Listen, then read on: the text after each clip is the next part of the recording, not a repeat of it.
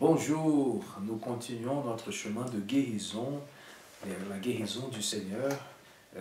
Saint Augustin disait, Seigneur, tu es le médecin et moi je suis le malade. Tu es le remède et moi je suis celui qui a besoin de guérison.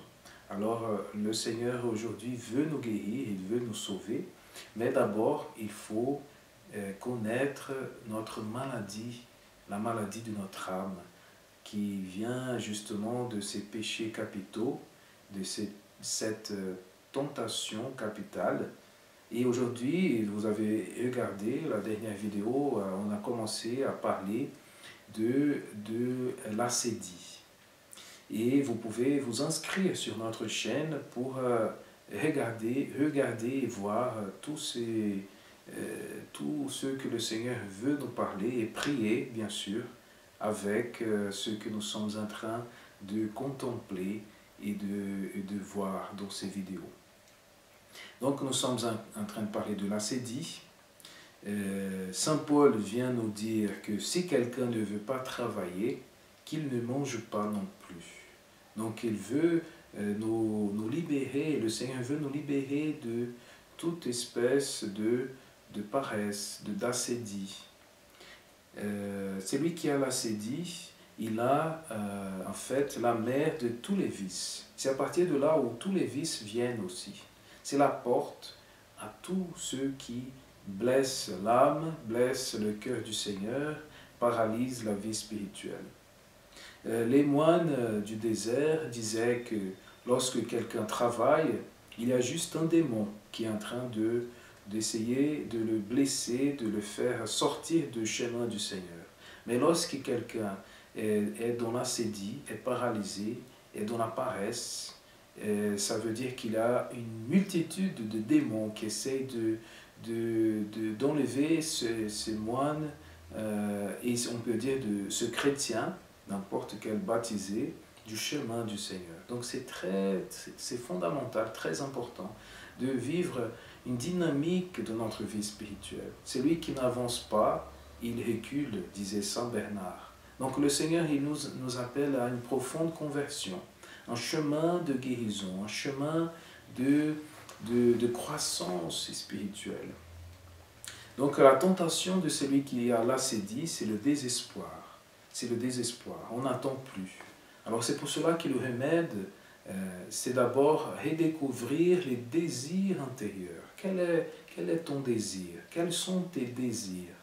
Quels sont les désirs? Et nous savons que le désir le plus profond de notre cœur, c'est celui de voir Dieu face à face, le désir de Dieu. Alors on peut demander au Seigneur avec les prières des psaumes, et les prières avec la parole de Dieu, de renouveler en nous ce désir, le désir de Dieu, de voir le Seigneur, cette soif de Dieu. Et le cardinal Schönborn va dire que l'acédie vient parfois de la peur de soi. On a peur du silence. On ne veut plus le silence. Donc on veut remplir les temps de silence pour essayer de fuir des angoisses que nous pouvons porter en nous. Et en fait, ça va multiplier encore plus en donnant le désespoir. Donc c'est une agitation intérieure. C'est la quête perpétuelle de la nouveauté. C'est l'inconstance. C'est l'indifférence face aux choses de la foi et de la présence du Seigneur. Et on n'est jamais satisfait. On n'est jamais satisfait. Alors, il y a plusieurs découragements qui viennent justement de l'activisme, parce que l'acédie, ça vient de l'activisme, c'est-à-dire je fais plusieurs choses, mais j'oublie ce qui est essentiel. J'oublie, je laisse de côté la prière, la charité, le sacrifice, et je suis paralysé.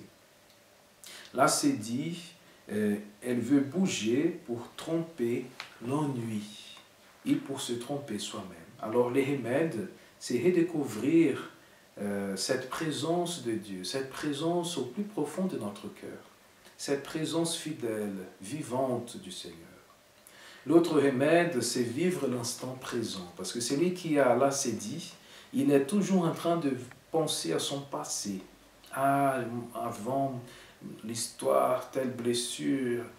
Et aussi, celui qui pense, qui attend quelque chose, ah, quand je serai en telle situation, ça va changer. Donc, le remède, c'est vivre l'instant présent, l'aujourd'hui. Et aussi, combattre l'oisiveté. Donc, vivre le temps présent, mais toujours en remplissant le temps présent avec l'amour de Dieu, l'amour du prochain. Donc, le Seigneur veut nous guérir. Laissons le Seigneur guérir. Laisse-toi guérir. Laisse-toi aimer par Dieu. Donc, vous pouvez contempler le Seigneur, contempler, prier avec une icône de Jésus, par exemple. Tu prends une icône de Jésus et vous pouvez contempler ce regard de Jésus et demander là, que le Seigneur vous guérisse. Donc, continuons ce chemin. On va encore continuer les vidéos avec les autres maladies de l'âme et que le Seigneur vous conduise dans ce chemin de guérison. Que Dieu vous bénisse, que Dieu vous garde. Shalom.